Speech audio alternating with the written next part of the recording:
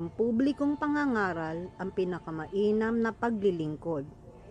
Ang pangangaral sa publiko ay ang pinakamataas na anyo ng makataong kapanganakan at ang pinakamahusay na paglilingkod sa lahat ng personal na serbisyo na maaring gawin ng isang alagad upang mapalugod kapwa ang kanyang guro at si Krishna.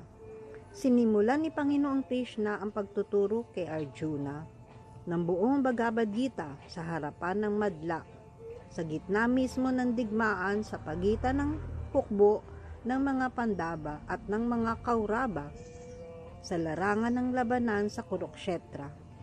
5,000 taon na ang nakalilipas. Si Arjuna ay kinikilala bilang isang mahusay na mandirigma sa larangan ng arch. Ayon sa kanyang guro sa militar na si Dronacharya.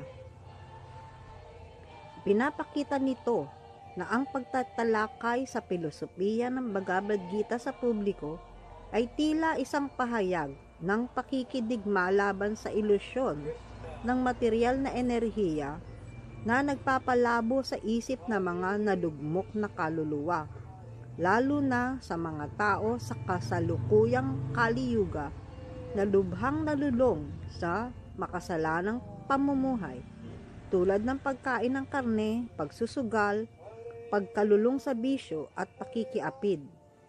Dahil dito, ang matatapang na mangangaral sa Gaudiya Vaishnava sa tradisyong devosyonal ay kinikilala bilang matatapang na mandirigma na mas pinipiling lumabas mula sa kanilang pribadong kampo, silid o templo upang maging pangunahing tagapagtaguyod ng revolusyonaryong kilusan ni Panginoong Chaitanya. Ang mga tapang na mangangaral ng kilusang Sankirtan ni Sri Chaitanya Mahaprabhu ay hindi alintana kung sila ay magtatagumpay o mabigo sa labanan, sapagkat batid nilang sa kanilang pangangaral hindi sila magkakasala kundi sa halip sila ay maliligtas mula sa kasalanan.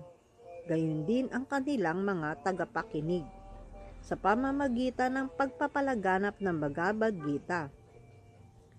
Si Srila Sukadeva Goswami ay nangaral sa publiko ng Srimad Bhagavatam sa tabing ilog ng banal na Ganges, hindi lamang kay Haring Pariksit kundi pati na rin sa maraming dakilang pantas, kilalang Brahmana, mga risi at munis, palaisip na naroroon upang makinig.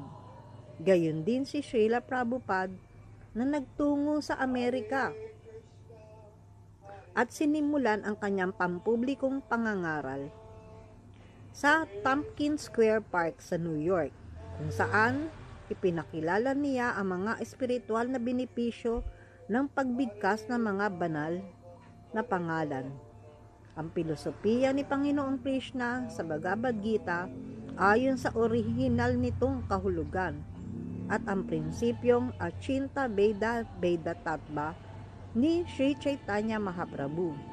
Sa makatuwid, ating maitataguyod na ang mga mangangaral ng kilusang Sankirtan ay ang pinakamamahal na mga mandirigma ni Sri Chaitanya Mahaprabhu nang hindi inaasa alang-alang ang tagumpay o pagkabigo, panalo o talo, ay matapang nang nagdedeklara ng digmaan laban kay maya o ilusyon.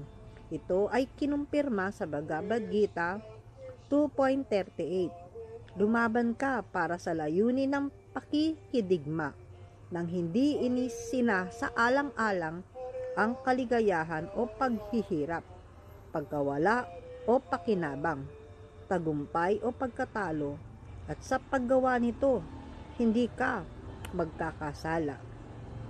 Sinabi rin ni Sir Acharya Das, ipasa o ibigay mo sa iba ang kaalaman na natutunan mo. Huwag mo lamang sarilinin ito. Haribol!